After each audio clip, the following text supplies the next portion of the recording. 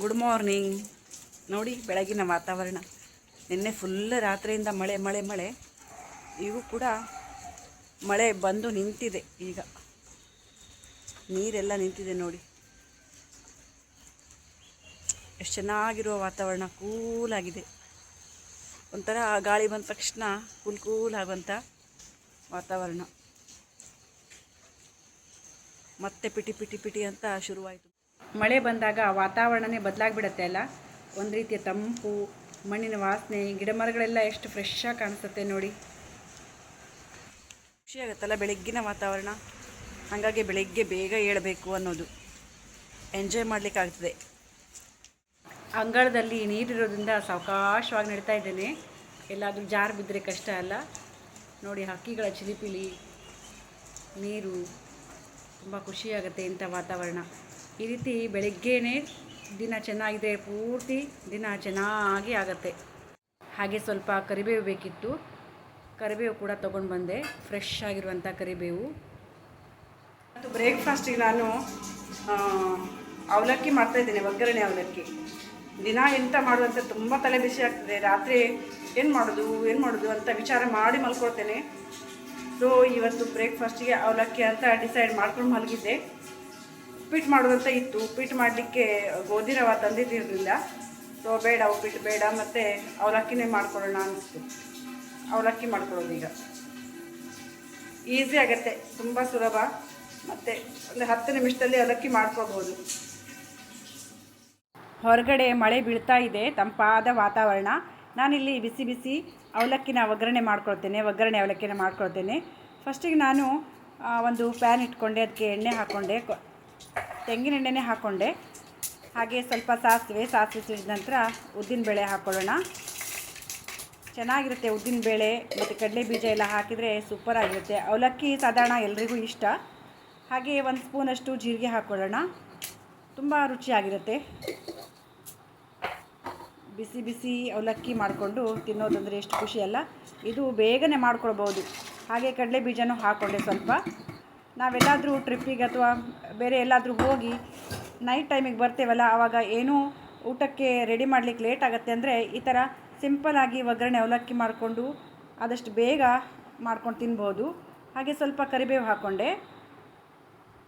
ಎಷ್ಟು ಟೇಸ್ಟ್ ಅಂದರೆ ತುಂಬ ಚೆನ್ನಾಗಿರುತ್ತೆ. ಹಾಗೆ ಹಸಿಮೆಣಸಿನ್ಕಾಯಿ ಉದ್ದುದ್ದಕ್ಕೆ ಕಟ್ ಮಾಡಿಕೊಂಡ್ರು ಒಂದು ಹಸಿಮೆಣಸಿನ್ಕಾಯಿ, 4 ಮೆಣಸಿನ್ಕಾಯಿ ಹಾಕ್ಕೊಂಡೆ. ನನಗೆ ಸ್ವಲ್ಪ ಖಾರ ಬೇಕು, ತುಂಬ ಚೆನ್ನಾಗಿರುತ್ತೆ ಖಾರ ಇದ್ದರೆ. ಹಾಗೆ ರುಚಿಗೆ ತಕ್ಕಷ್ಟು ಉಪ್ಪನ್ನು ಕೂಡ ಹಾಕ್ಕೊಂಡೆ. ಕಲರಿಗೆ ಸ್ವಲ್ಪ ಅರಿಶಿನ ಪೌಡ್ರ್ ಹಾಕ್ಕೊಂಡೆ. ಫ್ರೆಂಡ್ಸ್, ಬಿಸಿ ಬಿಸಿ ಒಗ್ಗರಣೆ ಅವಲಕ್ಕಿ ಯಾರಿಗೆಲ್ಲ ಇಷ್ಟ ಕಮೆಂಟಲ್ಲಿ ತಿಳಿಸಿ. ಹಾಗೆ ಸ್ವಲ್ಪ ಫ್ರೈ ಮಾಡಿಕೊಂಡು ಅವಲಕ್ಕಿನ ಸ್ವಲ್ಪ ತೊಳೆದಿಟ್ಟಿದೆ, ನೆನೆಸಿರಲಿಲ್ಲ, ತೊಳೆದಿಟ್ಟಿದೆ. ಅಂದರೆ ಬೇಗ ಮೆತ್ತಗಾಗಿಬಿಡತ್ತೆ. ಹೆಚ್ಚು ಮೆತ್ತಗೂ ಆಗಬಾರ್ದು, ಗಟ್ಟಿನೂ ಇರಬಾರ್ದು. ಅವಲಕ್ಕಿ ಒಂದು ಹದಕ್ಕೆ ಮೆತ್ತಗಾಗಬೇಕು ಅಷ್ಟೇ. ತುಂಬ ಮೆತ್ತಗಾದರೂ ಚೆನ್ನಾಗಿರೋದಿಲ್ಲ. ಕಾಯಿ ತುರಿ, ಕೆಲವರು ಕಾಯಿ ತುರಿ ಹಾಕ್ತಾರೆ, ಕೆಲವರು ಸ್ಕಿಪ್ ಮಾಡ್ತಾರೆ. ಈರುಳ್ಳಿ ಕೂಡ ಹಾಕ್ತಾರೆ ಒಗ್ಗರಣೆಗೆ. ನಾನು ಈರುಳ್ಳಿ ಹಾಕೋದಿಲ್ಲ ಯಾವಾಗಲೂ. ಒಗ್ಗರಣೆ ಅವಲಕ್ಕಿಗೆ ನಾನು ಯಾವಾಗಲೂ ಈರುಳ್ಳಿ ಹಾಕಿಲ್ಲ. ನೆಕ್ಸ್ಟ್ ನೋಡಬೇಕು, ಟ್ರೈ ಮಾಡಬೇಕು. ಹಾಗೆ 1 ಸ್ಪೂನಷ್ಟು ಸಕ್ಕರೆ ಹಾಕ್ಕೊಂಡೆ ಫ್ರೆಂಡ್ಸ್. ಅದು ಕೂಡ ಸ್ಕಿಪ್ ಮಾಡ್ಬೋದು, ಬೇಕಾದರೂ ಸಕ್ಕರೆ ಹಾಕೋಬೋದು, ಇಲ್ಲಾಂದ್ರೆ ಇಲ್ಲ. ಬಿಸಿ ಬಿಸಿ ಒಗ್ಗರಣೆ ಅವಲಕ್ಕಿ ರೆಡಿ. ಬನ್ನಿ ಬ್ರೇಕ್ಫಾಸ್ಟ್ ಮಾಡೋಣ. ಜೊತೆಗೆ ನಮ್ಮ ಅನಗಂಗೆ ಬಿಸಿ ಬಿಸಿ ಕಾಫಿ ಮಾಡಿಕೊಟ್ಟೆ. ಅವಳಿಗೆ ಈ ಅವಲಕ್ಕಿ ಉಪ್ಪಿಟ್ಟು ಜೊತೆ ಕಾಫಿ ಬೇಕು. ಹಾಯ್ ಫ್ರೆಂಡ್ಸ್, ಬ್ರೇಕ್ಫಾಸ್ಟ್ ಮುಗಿಸಿ ನಾನು ಬ್ರೇಕ್ಫಾಸ್ಟ್ ಮಾಡಿದ ಎಲ್ಲ ಪಾತ್ರೆಗಳೆಲ್ಲ ತೊಳ್ಕೊಂಡಾಯಿತು. ಫ್ರೆಂಡ್ಸ್, ಇವತ್ತು ನಾನು ಡಿಫ್ರೆಂಟ್ ಒಂದು ರೆಸಿಪಿ ಮಾಡ್ತೇನೆ, ನಿಮ್ಮ ಜೊತೆ ಶೇರ್ ಮಾಡ್ಕೊಳ್ತೇನೆ. ಏನಂತ, ಇದು ನೋಡಿ, ತೊಗರಿಬೇಳೆ ಮತ್ತು ಅಕ್ಕಿ, ಸ್ವಲ್ಪ ರೇಷನ್ ಅಕ್ಕಿ, ಅದನ್ನ ನೆನೆಸಿಟ್ಟಿದ್ದೇನೆ ಒಂದು ರೆಸಿಪಿ ಮಾಡಲಿಕ್ಕೆ. ಕೆಲವರಿಗೆ ಈ ರೆಸಿಪಿ ಗೊತ್ತಿರ್ಬೋದು, ಕೆಲವರಿಗೆ ಗೊತ್ತಿಲ್ಲದೆ ಇರ್ಬೋದು. ಸ್ವಲ್ಪ ಡಿಫ್ರೆಂಟ್ ಆಗಿರೋ, ವಿಶೇಷವಾಗಿ ಮಾಡುವಂತಹ ಈ ರೆಸಿಪಿ ಇದು. ನಾವು ಅದನ್ನ ಒಂದು ವರ್ಷಕ್ಕೆ ಒಂದು ಸಲ ಅಥವಾ ಒಂದೊಂದು ವರ್ಷ ಮಾಡೋದೇ ಇಲ್ಲ. ನಮಗೆ ನಾವೇನು ರೆಸಿಪಿ ಮಾಡಲಿಕ್ಕೆ ಬೇಕಲ್ಲ ಆ ತರಕಾರಿ ಸಿಕ್ಕಿದ್ರೆ ಮಾಡ್ತೇವೆ, ಇಲ್ಲಾಂದ್ರೆ ಇಲ್ಲ. ಅದು ನಮ್ಮ ಮನೇಲೇ ಇದೆ ಈಗ, ಆ ತರಕಾರಿ ನಮ್ಮ ಮನೇಲೇ ಆಗಿದೆ. ಸೊ ಹಾಗಾಗಿ ಈ ರೆಸಿಪಿ ಮಾಡ್ತೇನೆ. ಥಂಬ್ನೇಲ್ ಮತ್ತು ಟೈಟಲ್ ನೋಡಿ ನಿಮ್ಗಾಗೆ ಈಗಾಗಲೇ ಗೊತ್ತಾಗಿರ್ಬೋದು ಏನು ಮಾಡ್ತಿದ್ದೀನಿ ಅಂತ. ಬನ್ನಿ. ಸೊ ತುಂಬ ಕೆಲಸ ಇದೆ ಇವತ್ತು. ಡಸ್ಟ್ ತೆಗಿಬೇಕು, ಮತ್ತು ಬಲೆ ಎಲ್ಲ ತೆಕ್ಕೊಳ್ಬೇಕು. ಯಾಕಂದರೆ ತುಂಬ ದಿನ ಆಗಿತ್ತು. ಈಗ ಶ್ರಾವಣ ಕೂಡ ಬಂತಲ್ಲ, ಸ್ವಲ್ಪ ಮನೆ ಕ್ಲೀನಿಂಗ್ ಮಾಡೋಣ ಅಂಥೇಳಿ. ಸೊ ತುಂಬ ಕೆಲಸ ಇದೆ, ಒಂದೇ ಒಂದು ಕೆಲಸ ಮಾಡ್ಕೊಳ್ಳೋಣ. ಅಡುಗೆ ಕೆಲಸನೂ ಮಾಡ್ಕೊಳ್ಳೋಣ, ಜೊತೆಗೆ ಸಿಗ್ತೇನೆ. ಬಾಯ್. ನಾನು ಡಿಫ್ರೆಂಟ್ ಆಗಿರುವಂತಹ ಒಂದು ರೆಸಿಪಿ ಮಾಡ್ತೀನಿ ಅಂತ ಹೇಳಿದ್ನಲ್ಲ, ಅದಕ್ಕೆ ಮಸಾಲೆ ಮಾಡ್ಕೊಳ್ತಾ ಇದ್ದೇನೆ. ಮಸಾಲೆಗೆ ನೋಡಿ, ಕಾಯಿ ತುರಿ, ಮೆಣಸು, ಕೊತ್ತಂಬರಿ ಮತ್ತು ಹುಣಸೆಹಣ್ಣು. ಈ ಕಾಯಿ ತುರಿ ಮಾತ್ರ ಕೊಬ್ಬರಿ ಇತ್ತು, ಕೊಬ್ಬರಿನೇ ಹಾಗೆ ಕಟ್ ಮಾಡಿದೆ. ಚೆನ್ನಾಗಿರುತ್ತೆ. ಸ್ವಲ್ಪ ಬೆಳೆದಿದ್ದ ಕಾಯಿ ಆಗಬೇಕು, ಎಳೆ ಎಳೆ ಕಾಯಿ ಆದರೆ ಚೆನ್ನಾಗಿ ಬರೋದಿಲ್ಲ ಮಸಾಲೆ. ಸೊ ಹಾಗಾಗಿ ಈಗ ನೀರು ಹಾಕ್ದೇನೆ ಹಾಗೆ ಒಂದು ಸಲ ರುಬ್ಕೊಂಡೆ. ಕೊಬ್ಬರಿ ಇತ್ತಲ್ಲ, ಹಾಗಾಗಿ ನೋಡಿ ಈ ರೀತಿ ಬಂದಿದೆ. ಈಗ ನೀರು ಹಾಕಿ ನೈಸಾಗಿ ರುಬ್ಕೊಳ್ಳೋಣ. ತುಂಬ ಟೇಸ್ಟಿಯಾಗಿರುತ್ತೆ. ಏನು ನೀವು ಈ ರೆಸಿಪಿನ ಮಾಡ್ತೀರಾ ಅಥವಾ ಮಾಡಿದ್ರಾ ಕಮೆಂಟಲ್ಲಿ ತಿಳಿಸಿ. ಹಾಗೆ ನಾನು ಒಂದು 15 ನಿಮಿಷ ಮೊದಲೇ ಸ್ವಲ್ಪ ಅಕ್ಕಿ ಮತ್ತು ಸ್ವಲ್ಪ ತೊಗರಿಬೇಳೆ ನೆನೆಸಿಟ್ಟಿದ್ದೆಲ್ಲ ಅದನ್ನು ಕೂಡ ಸೇರಿಸ್ಕೊಂಡೆ. ಸ್ವಲ್ಪ ರುಚಿಗೆ ತಕ್ಕಷ್ಟು ಉಪ್ಪನ್ನು ಸೇರಿಸಿ ನೈಸಾಗಿ ರುಬ್ಕೊಂಡು ಬಂದೆ. ಈ ರೀತಿ ನೈಸಾಗಿ ರುಬ್ಕೊಂಡು ಬಂದೆ ನೋಡಿ.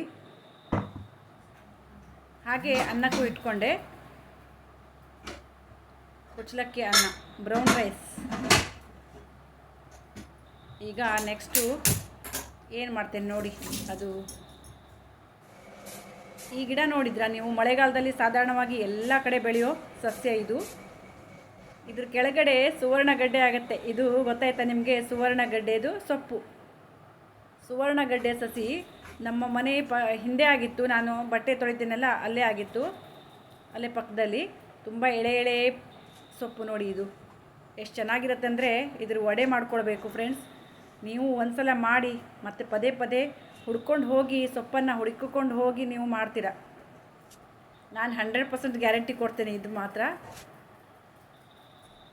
ಇದು ಕೆಲವರಿಗೆ ಕೈಯಿಂದ ತೆಗಿಲಿಕ್ಕೆ ಬರೋದಿಲ್ಲ, ತುರ್ಕಿ ಆಗುತ್ತೆ. ಸೊ ನನಗೂ ತುರ್ಕಿ ಆಗುತ್ತೆ, ಹಾಗಾಗಿ ನಾನು ಸ್ವಲ್ಪ ನೋಡ್ಕೊಂಡು ತೆಗೆದೆ.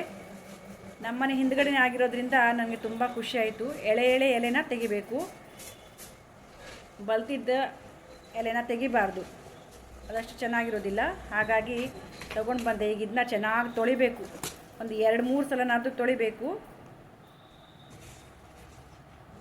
ಇದನ್ನು ನಾನು ಕಟ್ ಮಾಡೋದಿಲ್ಲ, ನನಗೆ ಕೈ ತುರ್ಕೆ ಬರುತ್ತೆ ಅಂಥೇಳಿ ನಮ್ಮ ಅತ್ತೆನೇ ಯಾವಾಗಲೂ ಈ ಥರ ಕೆಸುವಿನ ಸೊಪ್ಪಾಗಲಿ ಇದೆಲ್ಲ ಅವರೇ ಕಟ್ ಮಾಡಿಕೊಡೋದು. ನೋಡಿ, ನಮ್ಮ ಅತ್ತೆ ಹಳೆ ಮನೆಗೆ ಹೋಗಿದ್ರು, ಅಲ್ಲಿಂದ ಪೇರ್ಲೆ ಹಣ್ಣು ತೊಗೊಂಡು ಬಂದಿದ್ದಾರೆ ನೋಡಿ. ತುಂಬ ಆಗಿತ್ತಂತೆ ಗಿಡಕ್ಕೆ, ಪೇರ್ಲೆ ಹಣ್ಣು ತೊಗೊಂಡು ಬಂದರೆ ಅವರು ಅಲ್ಲಿ ಸ್ವಲ್ಪ ಪೇರ್ಲೆ ಗಿಡ ಎಲ್ಲ ಕಡ್ದು ಹಾಕಿದ್ರಂತೆ. ಹಾಗಾಗಿ ಪೇರ್ಲೆ ಹಣ್ಣು ತೊಗೊಂಡು ಬಂದರು ನಮ್ಮ ಅತ್ತೆ. ಅಲ್ಲಿ ಈಗ ಸುವರ್ಣಗಡ್ಡೆ ಸೊಪ್ಪನ್ನು ಕಟ್ ಮಾಡ್ತಾ ಇದ್ದಾರೆ. ನಾನು ತುಂಬ ದಿನ ಆಗಿತ್ತು ಬಲೆ ತೆಗಿದ್ದೇನೆ, ಸೊ ಬಲೆ ತೆಗಿತಾ ಇದ್ದೇನೆ. ಡಸ್ಟೆಲ್ಲ ಆಗಿತ್ತು, ಇವತ್ತು ತುಂಬ ಕೆಲಸ. ಯಾವಾಗಲೂ ಮನೇನ ಕ್ಲೀನಾಗಿ ಇಟ್ಕೊಳ್ತೇನೆ, ಆದರೆ ಒಂದೊಂದು ಸಲ ಕೆಲಸ ಗಡಬಡಿಯಲ್ಲಿ ಎಲ್ಲಾದರೂ ಹೋಗೋ ಸಂದರ್ಭದಲ್ಲಿ ಅಥವಾ ದಿನ ಅದನ್ನ ಮಾಡ್ಕೊತ್ಕೊಂಡು ಕೂತ್ಕೊಳ್ಳಿಕ್ಕಾಗೋದಿಲ್ಲ, ಟೈಮು ಸಾಕಾಗೋದಿಲ್ಲ ಅಲ್ಲ. ಹಾಗಾಗಿ ಯಾವಾಗಲಾದರೂ ಒಂದೊಂದು ಸಲ ಕ್ಲೀನ್ ಮಾಡ್ಕೊಳ್ತೇನೆ. ದಿನ ಕ್ಲೀನ್ ಮಾಡಬೇಕಂತ ಮನಸ್ಸಿರುತ್ತೆ, ಆದರೆ ಕೆಲಸದ ಒತ್ತಡದಿಂದ ಒಂದೊಂದು ಸಲ ಆಗೋದಿಲ್ಲ. ಈ ಫ್ಯಾನ್ ಎಲ್ಲ ಎಷ್ಟು ಡಸ್ಟ್ ಕೂತ್ಕೊಳ್ತಂದರೆ ಫ್ಯಾನ್ ತಿರುಗಿದ ಮೇಲೆ ಕೆಳಗೆ ಬೀಳುತ್ತೆ, ಆವಾಗ ಗೊತ್ತಾಗುತ್ತೆ ಎಷ್ಟು ಡಸ್ಟ್. ಹಾಂ ಹಾಂ ಫ್ರೆಂಡ್ಸ್, ಎಷ್ಟು ಧೂಳಾಗಿದೆ ಅಂದರೆ ತುಂಬ ಧೂಳಾಗಿದೆ. ನಾನು ಹಂಗೆ ಈಗ ರೂಮ್ಗೆಲ್ಲ ಬಲೆ ತೆಗೆದು ಈಗ ಡೈನಿಂಗ್ ಹಾಲಿಗೆ ಬಂದೆ, ಮತ್ತು ದೇವ್ರ ಕೋಣೆ ಹತ್ತಿರ ಬಂದೆ. ತುಂಬ ದೇವ್ರ ಕೋಣೆ ಎಲ್ಲ ಕ್ಲೀನ್ ಆಗಿಡಬೇಕು ಯಾವಾಗಲೂ, ಹೌದು. ಆದರೆ ಒಂದು 15 ದಿನ ಆದಮೇಲೆ ಅದು ಮತ್ತೆ ಬಲೆ ಕಟ್ಟತ್ತೆ, ಆವಾಗ ಕಟ್ತಾ ಇರುತ್ತೆ. ಕಿಟಕಿಗೆ ಆ ಕಡೆ ಈ ಕಡೆ ಎಲ್ಲ ದಿನ ಒಂದ್ಸಲ ನೀಟಾಗಿ ಒರೆಸೋದು ಗುಡಿಸೋದು ಎಲ್ಲ ಇದೆ. ಆದರೆ ಮೂಲೆ ಎಲ್ಲ ಕ್ಲೀನ್ ಮಾಡ್ತಾ ಕೂತ್ಕೊಳ್ಳಿಕ್ಕೆ ಡೈಲಿ ಆಗೋದಿಲ್ಲ ಅಲ್ಲ, ಅದಕ್ಕೆ ಒಂದೊಂದು ದಿನ ಡೀಪ್ ಕ್ಲೀನ್ ಮಾಡ್ಕೊಳ್ಳೋದು. ಇನ್ನು ಶ್ರಾವಣ ಮಾಸ ಬಂತಲ್ಲ, ಆವಾಗ ಹಬ್ಬ ಹರಿದಿನ ಪೂಜೆ ಪುನಸ್ಕಾರ ಎಲ್ಲ ಇರುತ್ತೆ. ಸೊ ಹಾಗಾಗಿ ಮನೆ ಯಾವಾಗಲೂ ನೀಟಾಗಿರಬೇಕು. ಬಲೆ ಎಲ್ಲ ಕಟ್ಟಿದರೆ ದರಿದ್ರ ಅಂತಾರೆ. ಸೊ ಹಾಗಾಗಿ ನಾನು ಯಾವಾಗಲಾದರೂ ತಿಂಗಳುಗಟ್ಟಲೆ ಯಾವಾಗಲೂ ಬಿಡೋದಿಲ್ಲ, ಒಂದು 20 ದಿನ ಹೀಗೆ, ಹೆಚ್ಚಂದರೆ 1 ತಿಂಗಳ ಅಷ್ಟಕ್ಕೆ ನಾನು ಯಾವಾಗಲೂ ಕ್ಲೀನ್ ಮಾಡ್ಕೊಳ್ತೇನೆ. ಬಲೆ ಎಲ್ಲ ತೆಗೆದಾಯಿತು, ಈಗ ಕಸ ಗುಡಿಸೋದು.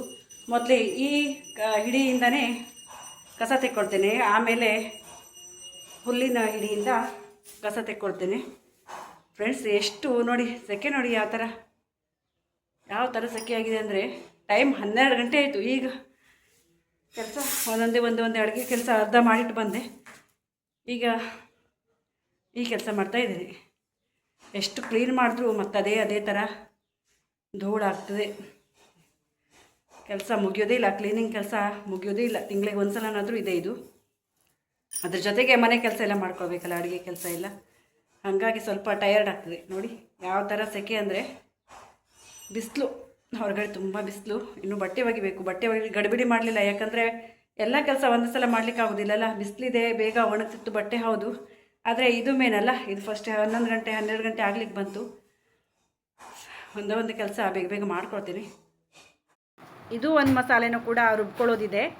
ನಾನು ಈಗ ನೋಡಿ ಪೇರ್ಲೆ ಹಣ್ಣು ತೊಗೊಂಡು ಬಂದೆ, ಒಂದು ಪೇರ್ಲೆ ಹಣ್ಣು, ಅದು ಉಪ್ಪು ಹಚ್ಕೊಂಡು ತಿಂತಾ ಇದ್ದೇನೆ. ಉಪ್ಪು ಹಚ್ಕೊಂಡು ತಿಂದರೆ ಥಂಡಿ ಆಗೋದಿಲ್ಲ, ನೆಗಡಿ ಆಗೋದಿಲ್ಲ ಅಂತಾರೆ.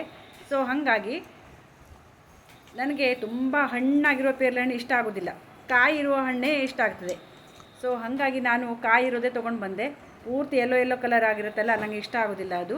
ಸೊ ಹಾಗಾಗಿ ಕಂಟಿನ್ಯೂ ಆಗಿ ಒಂದೇ ಕೆಲಸನ ಮುಂದುವರ್ಸ್ಕೊಂಡು ಹೋಗ್ಲಿಕ್ಕೆ ಆಗೋದೇ ಇಲ್ಲ. ಮನೆ ಅಂದಮೇಲೆ ಅಲ್ಲಿ ಒಂದು ಸ್ವಲ್ಪ ಅರ್ಧ ಕೆಲಸ ಮಾಡ್ಕೊಂಡು ಬರೋದು, ಇಲ್ಲಿ ಒಂದು ಮಸಾಲೆ ರುಬ್ಕೊಳ್ಳೋದು, ಇನ್ನೊಂದು ಮಸಾಲೆ ರುಬ್ಕೊಳ್ಳೋದಿರುತ್ತೆ, ಅಲ್ಲಿ ಸ್ವಲ್ಪ ಕಸ ಗುಡಿಸೋದು, ಮತ್ತೊಂದು ಸ್ವಲ್ಪ ಅಲ್ಲಿ ಕ್ಲೀನ್ ಮಾಡ್ಕೊಳ್ಳೋದು, ಈ ಥರ ಆಗಿರುತ್ತಲ್ಲ.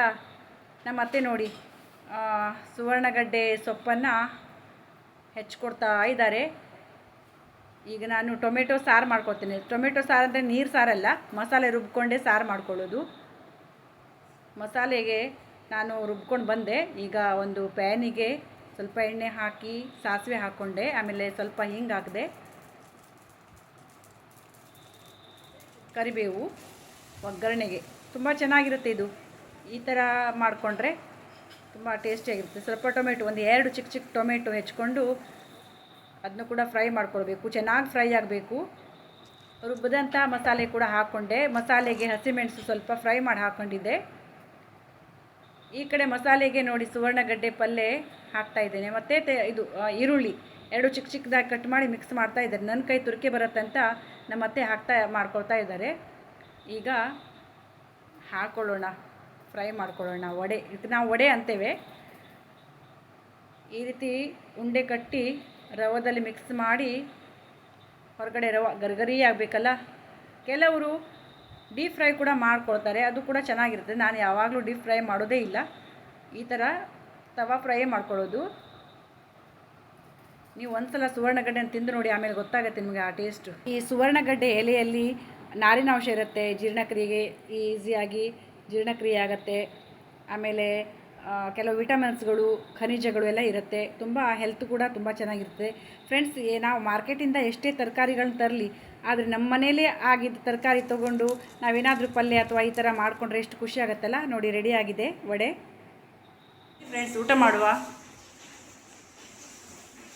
ವಡೆ ನೋಡಿ,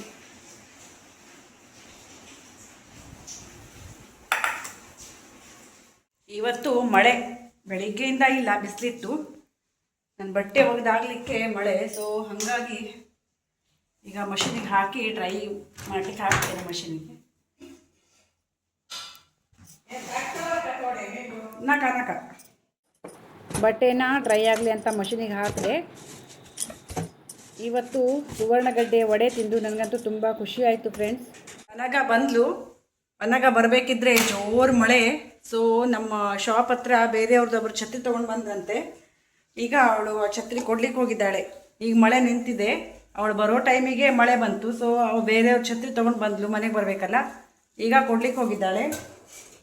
ಅವಳು ಬರೋವರೆಗೂ ನಾನು ಅವಲಕ್ಕಿ ಮಾಡ್ಕೊಳ್ತೇನೆ ಅವಳಿಗೆ ಕೊಡಲಿಕ್ಕೆ. ಸ್ನ್ಯಾಕ್ಸಿಗೆ ಏನಾದರೂ ತಿನ್ನಬೇಕಲ್ಲ. ಬೆಳಿಗ್ಗೆ ಒಗ್ಗರಣೆ ಅವಲಕ್ಕಿ ಮಾಡಿದ್ದೆ, ಅದು ಮುಗಿದಿದೆ. ಸೊ ಹಾಗಾಗಿ ಇವತ್ತು ನಾನು ಏನು ಮಾಡಿದ್ರೆ, ಒಗ್ಗರಣೆ ಅವಲಕ್ಕಿ ಅಲ್ಲ, ಇದು ಪೇಪರ್ ಅವಲಕ್ಕಿ ಅಂತಾರಲ್ಲ, ಕಲಸೋದು, ಆ ಅವಲಕ್ಕಿ ಮಾಡಿಕೊಡ್ತೇನೆ ಅವಳಿಗೆ. ನನ್ನ ಮಗಳು ಹಸ್ಕೊಂಡು ಬರ್ತಾಳೆ ಪಾಪ. ಅವಳು ಬಂದು ಹೊಟ್ಟೆ ತುಂಬ ಏನಾದರೂ ತಿನ್ನಲಿ ಅಂತ ನಾನು ಅವಲಕ್ಕಿ ಇರಲಿಲ್ಲ, ಅವಲಕ್ಕಿ ತರಿಸ್ಕೊಂಡು ಅವಲಕ್ಕಿ ಕಲಸಿಟ್ಟೆ. ನೋಡಿದ್ರೆ ಅವಳಿಗೆ ಬಂದಾಗಲೇ ಎಂಥ ತಿಂಡಿ ಅಂತ ಕೇಳಿದ್ಲು. ಅವಲಕ್ಕಿ ಅಂತಂದೆ. ಬೇಡ ನನಗೆ ಅಂತ ಹೇಳಿ ಒಂದು ಚಾಕ್ಲೇಟ್ ತಿಂದ್ಕೊಂಡು ಅವ್ರು ದೊಡ್ಡಪ್ಪನ ಮನೆಗೆ ಹೋದ್ಲು. ನೋಡಿ ನನಗೆ ಸೊಕ್ಕಲ್ಲ ಪಾಪ ಅಂತ ನಾನು ಅವಲಕ್ಕಿ ಕಲಿಸಿದೆ.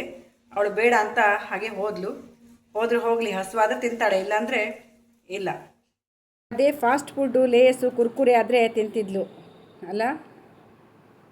ಸಂಜೆ ಟೈಮಲ್ಲಿ ಹಾಗೆ ಹೊರಗಡೆ ಕೂತ್ಕೊಂಡು ಕಡಲೆ ಇತ್ತು, ಕಡಲೆ ತಿಂತಾ ಇದ್ದೇನೆ. ಕಡಲೆ, ಡ್ರೈ ಫ್ರೂಟ್ಸು ಎಲ್ಲ ಮಿಕ್ಸ್ ಮಾಡಿಕೊಂಡು, ಒಂದೊಂದು ದಿನ ಫ್ರೂಟ್ಸು, ಒಂದೊಂದು ದಿನ ಕಡಲೆ, ಈ ಥರ ತಿನ್ನೋದು. ಇದು ನೋಡಿ, ಇದಕ್ಕೇನಂತಾರಂದರೆ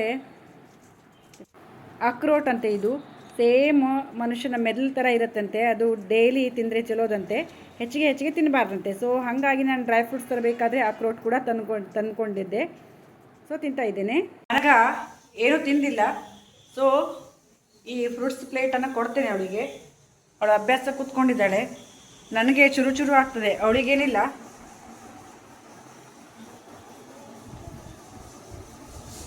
ಹೇಗೋ ಅನ್ನ ಕೂಡ ಬಿಸಿ ಮಾಡಲಿಕ್ಕೆ ಇಟ್ಟಿದ್ದೆ, ಕುಕ್ಕರ್ ಸೀಟಿ ಬಂತು. ಸೊ ಹಾಗಾಗಿ ಗ್ಯಾಸ್ ಆಫ್ ಮಾಡಲಿಕ್ಕೆ ಮತ್ತೆ ಬಂದೆ ಕಿಚನಿಗೆ. ಫ್ರೆಂಡ್ಸ್, ಇಲ್ಲಿಗೆ ವಿಡಿಯೋನ ಎಂಡ್ ಮಾಡ್ತೀನಿ. ಈ ವಿಡಿಯೋ ನಿಮಗೆಲ್ಲ ಇಷ್ಟ ಆಯಿತು ಅಂದ್ಕೊಳ್ತೀನಿ. ನಿಮಗೆ ಸುವರ್ಣಗಡ್ಡೆ ಎಲೆಗಳ ರೆಸಿಪಿ ಕೂಡ ಇಷ್ಟ ಆಯಿತು ಅಂದ್ಕೊಳ್ತೀನಿ. ಇಷ್ಟ ಆದರೆ ಲೈಕ್ ಮಾಡಿ, ಶೇರ್ ಮಾಡಿ, ಕಮೆಂಟ್ ಮಾಡಿ, ಚಾನೆಲ್ನ ಸಬ್ಸ್ಕ್ರೈಬ್ ಮಾಡ್ಕೊಂಡು ನೋಡಿ. ನೀವು ಕೂಡ ಸುವರ್ಣಗಡ್ಡೆಯ ರೆಸಿಪೀಸನ್ನು ಮಾಡ್ತೀರಾ ಅಂತ ಕಮೆಂಟ್ ಮಾಡಿ. ಬಾಯ್.